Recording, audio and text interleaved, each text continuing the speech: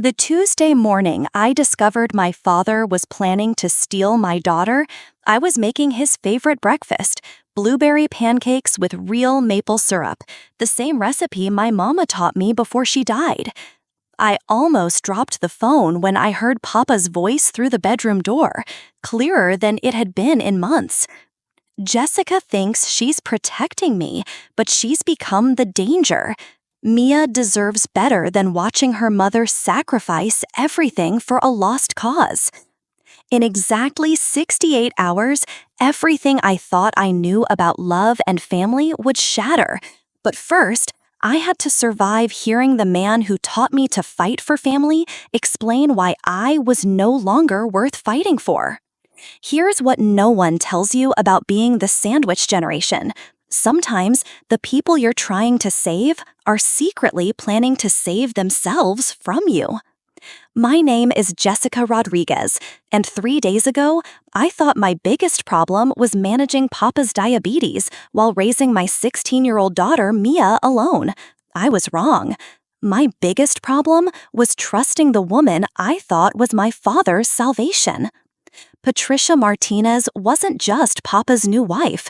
She was his insurance policy against me. The morning everything changed started like any other Tuesday in our Phoenix home. Mia rushing to catch the school bus, Papa forgetting his blood sugar medication again, me juggling my guidance counselor job with another doctor's appointment. Normal, safe, familiar. Then I heard Papa's voice on speakerphone. The house needs to be protected before I can't make these decisions anymore. Jessica won't understand, but Mia's future is what matters now. My blood turned to ice water. Papa had been hiding something bigger than his occasional confusion. He'd been planning. What happened next will haunt every woman who's ever sacrificed her own dreams to care for aging parents, because this is how perfectly legal family destruction begins, with someone who loves you deciding you're the problem they need to solve. Patricia's voice was gentle, professional, deadly. I've prepared the paperwork. Once the competency hearing is scheduled, Jessica won't be able to interfere with what's best for Mia's stability. The coffee mug slipped from my hands, shattering against the kitchen floor like my understanding of everything I thought I knew about my family. Because Patricia wasn't just Papa's wife. She was a licensed estate planning attorney who specialized in protecting assets from financially irresponsible family members. And apparently, that family member was me. The most terrifying part? Everything she was doing was completely legal. I had 68 hours before they returned from their European honeymoon. 68 hours to uncover 8 months of planning. 68 hours to save my daughter from a custody battle I didn't even know was coming. But here's what Patricia didn't know about Jessica Rodriguez. I'd learned how to fight from watching Papa survive 30 years as a Phoenix construction foreman, and I'd learned how to win from 12 years of protecting Mia from every challenge life threw at us. This is the story of how I discovered that sometimes the most dangerous predators wear the faces of family, and how a guidance counselor became a warrior when everything she loved was threatened. The war for my daughter's future had already begun. I just hadn't known I was fighting. The medical files hidden behind Papa's false drawer bottom told a story I wasn't prepared to read. 8 months of neurology appointments, blood work, brain scans, all scheduled on days when Mia had school and I was at work, deliberately planned around my absence. Early-stage Alzheimer's disease. The diagnosis was dated 6 weeks before Patricia walked into our lives, written in clinical terms that made my hands shake. Patient demonstrates mild cognitive impairment with episodic confusion, likely to progress within 12-18 months. Papa hadn't been forgetting his medication by accident. Every missed dose, every moment of confusion Patricia had witnessed, he'd been orchestrating them like a director staging scenes for an invisible audience. The glucose monitor logs revealed the devastating truth. Normal readings for weeks, then sudden, dangerous spikes, perfectly timed with Patricia's visits.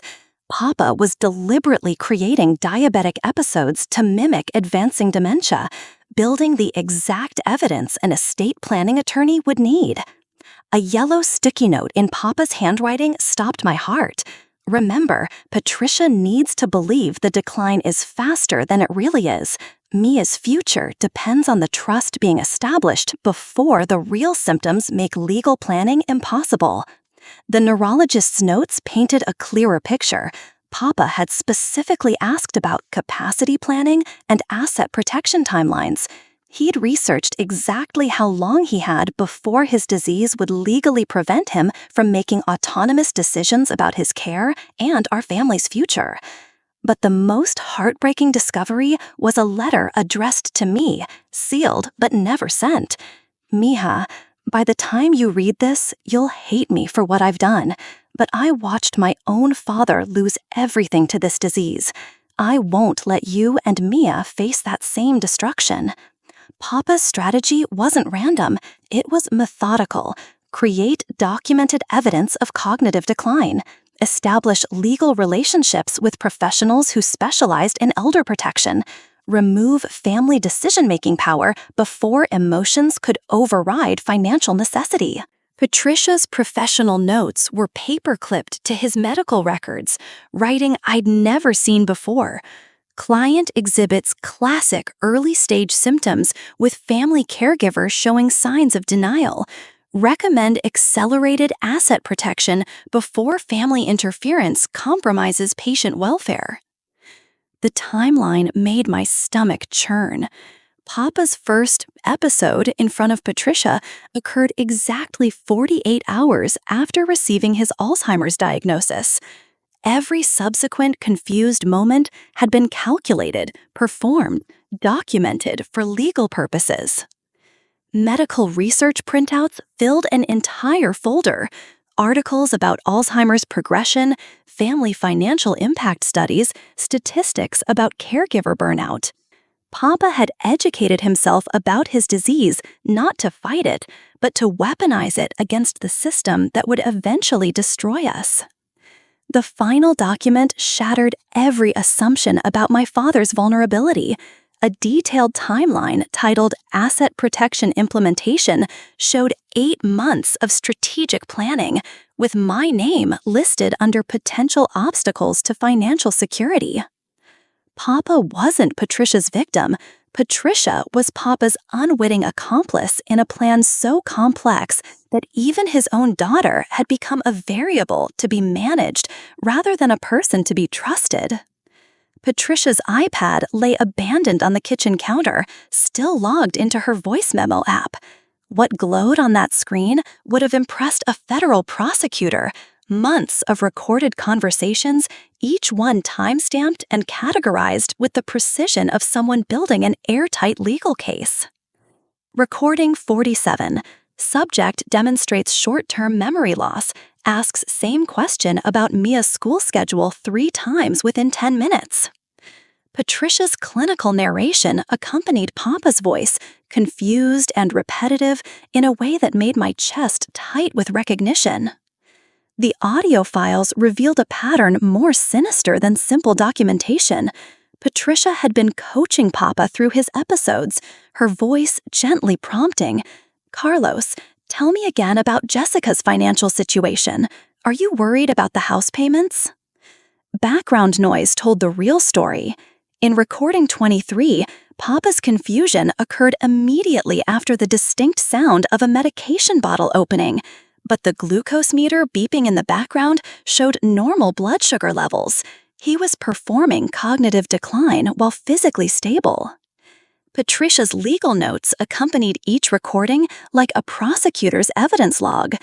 Demonstrates classic early-stage dementia with family caregiver denial. Daughter Jessica shows concerning financial dependence on patients' assets and resistance to professional intervention. Email threads between Patricia and her law firm painted a devastating picture. Subject lines like Rodriguez estate protection, timeline acceleration, and cognitive competency concerns, family interference, revealed the scope of her planning. Every confused moment Papa performed had been documented as evidence for the competency hearing. But the most damning discovery was a text conversation between Patricia and her assistant. Client's daughter is becoming suspicious. Need to expedite guardianship paperwork before she can interfere with asset protection protocols. Audio recording 62 changed everything. Papa's voice was crystal clear, strategic, completely lucid. Make sure you get that confusion about the medication on tape. The more evidence of decline you have, the stronger the case becomes for protecting the family assets. The technological evidence revealed Papa's masterful deception. While Patricia recorded his performed episodes, Papa had been secretly documenting her ethical violations. Screen captures of her recording app, photographs of legal documents prepared without proper consent, evidence of attorney-client privilege breaches. Patricia's calendar showed the brutal efficiency of her manipulation. Medical appointments scheduled around family members' work hours. Legal consultations planned during school hours when Mia wouldn't be present. Even their European honeymoon had been timed to coincide with crucial document filings.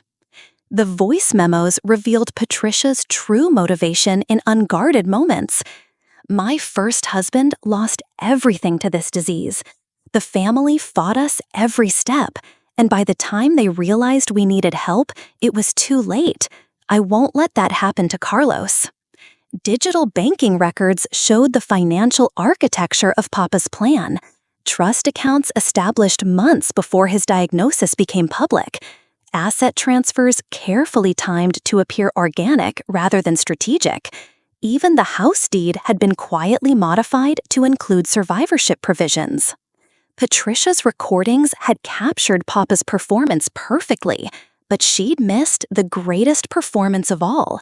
Every confused moment had been choreographed by a man fighting for his family's future with the only weapon he had left, his disease itself. Papa's leather journal lay hidden behind Mama's old jewelry box, wrapped in the same blue silk scarf she'd worn to every family celebration. The pages held 8 months of entries written in Papa's careful handwriting, not the shaky scrawl Patricia had documented, but the steady script of a man fully in control. Day 1. Received the diagnosis today. Alzheimer's, early stage. Dr. Martinez says 12-18 months before significant decline. Time enough to protect Jessica and Mia if I'm smart about this. Time enough to be the father they deserve, even if they hate me for it. The entries revealed Papa's research into his own family's tragic history. His father's Alzheimer's had destroyed 3 generations.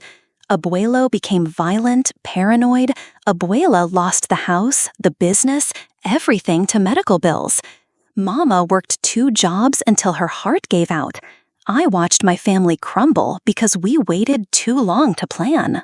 Papa had specifically targeted Patricia after learning about her first husband's similar decline. Patricia Martinez understands the financial devastation of this disease. Her pain makes her cautious, protective. She'll fight harder for asset protection than any attorney who hasn't lived through the nightmare. The most devastating entries chronicled Papa's internal struggle with deception. Jessica brings me breakfast every morning, the same way Mama used to. She trusts me completely. Breaking that trust feels like dying a little each day, but financial ruin would kill her spirit entirely. Strategic planning filled pages with military precision. Papa had mapped out each staged episode, timing them with Patricia's visits to build her case systematically. Episode 17, tomorrow, will forget Mia's quinceañera plans 3 times. Patricia needs evidence of memory loss affecting family relationships. The journal revealed Papa's agonizing awareness of the emotional cost. Saw Jessica crying in the kitchen yesterday. She thinks I'm slipping away from her.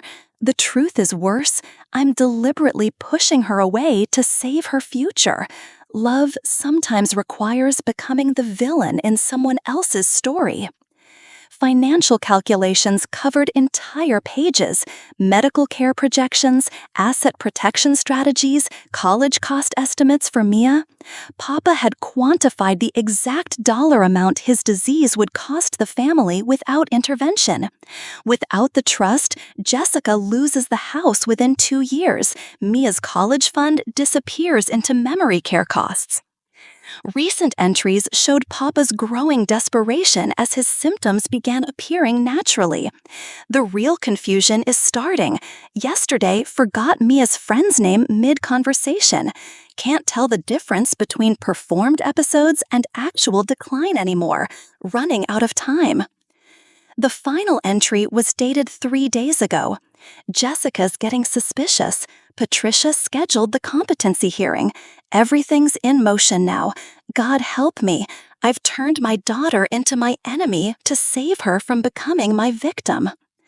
A folded letter fell from the journal's back cover, addressed to Jessica in Papa's handwriting. Mija, if you're reading this, the plan worked. You found the evidence. You fought back. You became exactly the strong woman I raised you to be. Now use that strength to forgive a father who loved you too much to watch you sacrifice everything for his broken mind. Miguel Santos's voice carried 15 years of family history when he called that Wednesday evening. His tone weighted with secrets Papa had sworn him to protect. Jessica, your father asked me to contact you when certain conditions were met. Tonight, those conditions have been fulfilled. The family attorney's office held documents that rewrote everything about Papa's apparent vulnerability. Detailed recordings of every conversation with Patricia, each one capturing her crossing ethical boundaries she didn't even realize existed. Papa had been building a legal fortress while appearing to surrender the keys to his kingdom. Carlos has been documenting Patricia's violations for months, Miguel explained, his weathered hands shuffling through evidence that would destroy a legal career. Recording clients without written consent, preparing guardianship documents before official retention, advising asset transfers that primarily benefit the attorney's position. Papa's strategic brilliance became clear through Miguel's explanation. Every staged episode had been designed to elicit specific unethical responses from Patricia, responses that would later invalidate any legal action she attempted to take. The confused old man had been laying traps with the precision of a chess master. The trust documents revealed Papa's true masterpiece. Assets had been transferred months before Patricia entered their lives, creating an impenetrable legal shield that made her current maneuvering completely meaningless. The house, the savings, even Mia's college fund, all protected beyond Patricia's reach. Miguel's revelation about Papa's timeline sent chills through the evening air. Your father knew he had limited time before his condition would make strategic planning impossible. Every day of clear thinking had to be maximized for your family's protection. Professional ethics violations filled an entire legal brief Miguel had prepared. Patricia's personal relationship with Papa created conflicts of interest she'd failed to disclose to her firm. Her emotional investment in preventing financial ruin had blinded her to the legal boundaries she was obliterating. Carlos needed Patricia to believe she was manipulating him, Miguel continued, because he needed someone to create the very evidence that would disqualify her from any future legal standing regarding your family's affairs. The most stunning revelation concerned Papa's requirement that the truth be discovered independently. Legal strategy demanded that any family member challenging Patricia's actions had to do so without coaching or direction from Papa himself, ensuring that subsequent legal challenges couldn't be dismissed as undue influence. Papa's recordings of Patricia's ethical violations filled 3 digital files. Each conversation captured her pressuring an elderly client with cognitive issues, failing to recommend independent counsel, and preparing legal documents that served her emotional needs rather than professional obligations. Miguel's final bombshell changed the entire landscape. Your father has been waiting for you to find this evidence, Jessica. The competency hearing Patricia scheduled becomes the perfect venue to expose her violations and protect your family permanently. The legal strategy was breathtaking in its sophistication. Papa had allowed Patricia to build her case while simultaneously creating the very evidence that would destroy her professional credibility and legal standing. Victory disguised as defeat, strength masquerading as weakness. You have 24 hours before they return, Miguel concluded. Everything is prepared. Now we execute the final phase of your father's protection plan. The house deed transfer happened at 2 a.m. in Miguel's law office, fluorescent lights humming overhead as papers shuffled between our hands like playing cards in a high-stakes game. Papa's family trust had been waiting 8 months for this moment, the final piece of a puzzle that would make Patricia's legal maneuvering as meaningless as smoke. Bank routing numbers flowed across Miguel's computer screen as assets moved through carefully planned channels. College funds for Mia, medical care provisions for Papa, even the small business loan that had helped me through my guidance counselor certification, all of it now protected behind legal walls Patricia couldn't scale or breach. The evidence compilation took until dawn. Patricia's recorded violations, Papa's documented performances, medical records proving his strategic clarity, everything organized into a presentation that would either vindicate 8 months of family deception or destroy our relationships forever. Miguel's legal brief read like a masterclass in professional ethics violations. Phone calls to the state bar's ethics hotline began before most people drank their morning coffee. Anonymous tips about an estate planning attorney recording elderly clients without consent, preparing documents under emotional duress, failing to maintain proper professional boundaries. The machinery of professional accountability began grinding toward Patricia's license. Mia's college application essays needed updating. Scholarship opportunities through Papa's trust required different financial disclosures. Strange how protecting our family's future meant rewriting our daughter's academic narrative, transforming her from a financial aid student into a trust fund beneficiary overnight. The Elder Abuse Prevention Network received detailed documentation about Patricia's manipulation tactics. Not criminal charges, her motivations were love-driven, not malicious, but educational material about how trauma could drive professionals to cross ethical lines while genuinely believing they were helping families. Strategic positioning required calling Patricia's law firm directly. Professional courtesy demanded they know about the potential ethics violations before the state bar investigation began officially. The managing partner's horrified silence spoke volumes about Patricia's impending professional consequences. Emergency custody documentation sat completed on Miguel's desk, though hopefully unnecessary. If Patricia's competency hearing proceeded despite the evidence, every legal safeguard needed to be in place to protect Mia from becoming collateral damage in adult power struggles she'd never asked to join. The transformation felt surreal. From confused daughter to strategic advocate in 72 hours. Papa's training had been invisible but thorough, teaching resilience through years of watching him navigate construction site politics, union negotiations, and the quiet dignity of immigrant families building American dreams brick by brick. Community resources became weapons of protection rather than sources of shame.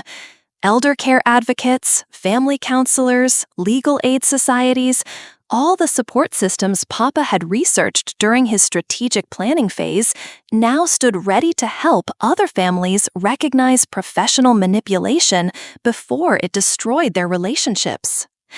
final preparations included rehearsing the confrontation that would either heal our family or fragment it beyond repair. Words chosen carefully, evidence organized strategically, emotions held in check despite the volcanic anger threatening to erupt when Patricia walked through that door, expecting victory and finding checkmate instead. Their rental car pulled into the driveway at sunset, European souvenirs visible through the back window as Papa and Patricia returned tanned and relaxed from their honeymoon. Patricia's confident smile disappeared the moment her key failed to turn in the front door lock, the first sign that the world had shifted during their absence. "The locks have been changed," Patricia announced, her attorney's mind immediately calculating legal implications, while Papa's face showed something that looked remarkably like relief rather than confusion or anger. The family trust documents lay spread across the dining room table like evidence in a courtroom, each page representing months of strategic planning that had culminated in this moment. Patricia's hands shook as she recognized the legal language that made her recent maneuvering completely powerless. "Papa, you've been protecting us all along." The words came out steadier than expected, carrying 8 months of misunderstood love finally recognized for what it truly was. His eyes filled with tears as the performance he'd maintained for so long finally ended. Patricia's professional composure cracked as she understood the scope of her manipulation. "Carlos, I was trying to save your family from financial ruin. Everything I've done has been to protect Mia's future." Her pain was genuine, even if her methods had crossed every ethical boundary imaginable. The recorded conversations played through the laptop speakers, Patricia's voice coaching Papa through episodes while unknowingly violating attorney-client privilege with every prompted question. Her face went pale as she realized how thoroughly her own evidence had documented her professional violations. Papa's voice was stronger and clearer than it had been in months. "Patricia, you've been fighting the wrong enemy. The disease isn't what threatens my family, it's the financial destruction that comes after. You helped me prevent that, even though you didn't know you were helping." Legal consequences arrived faster than expected. Patricia's managing partner called during the confrontation, his voice tight with professional concern. "Patricia, we need you in the office immediately. The state bar has opened an investigation into your handling of the Rodriguez matter." The competency hearing paperwork became meaningless once Papa demonstrated the strategic clarity that had orchestrated 8 months of family protection. Judges' clerks would soon be filing dismissal orders rather than custody transfers, Patricia's legal standing evaporating like morning desert mist. 3 different kinds of love collided in that living room. Papa's sacrificial strategy, Patricia's trauma-driven protection, and a daughter's fierce loyalty that had nearly destroyed them all. None of them were villains, just people trying to protect what they couldn't bear to lose. Patricia's license suspension would begin within days, but her understanding began that evening. The ethics violations hadn't been calculated malice, but unprocessed grief from watching her first husband's decline destroy their financial security. Professional help meant learning to distinguish between helping and controlling. Papa's embrace felt different now, not the fragile hug of a confused old man, but the strong arms of a father who had fought for his family using the only weapons available to him. Love sometimes requires becoming the temporary enemy to prevent permanent destruction. Judge Maria Gonzalez had presided over elder law cases for 15 years, but she'd never encountered a competency hearing where the allegedly incompetent person had orchestrated his own legal protection with such sophisticated precision. Papa's testimony demonstrated not cognitive decline, but strategic brilliance that had outmaneuvered a licensed attorney. Patricia's professional consequences unfolded with the efficiency of legal machinery designed to protect vulnerable clients. 6-month license suspension, mandatory ethics training, and a formal reprimand that would follow her career permanently. Yet the punishment felt less like justice and more like healing, forcing her to confront the trauma that had driven her to cross professional boundaries. The support group for sandwich generation caregivers met every Thursday in the community center where Mia had learned to dance as a little girl. 40 families now gathered weekly to share strategies for navigating elder care without losing themselves, using our family's story as a cautionary tale about the difference between protection and control. Papa chose Desert Sunset Assisted Living not because he was forced to, but because he wanted to transition while he could still make autonomous decisions about his care. His apartment overlooked the Phoenix Mountains he'd loved since arriving from Mexico 40 years ago, dignity intact because the choice remained his own.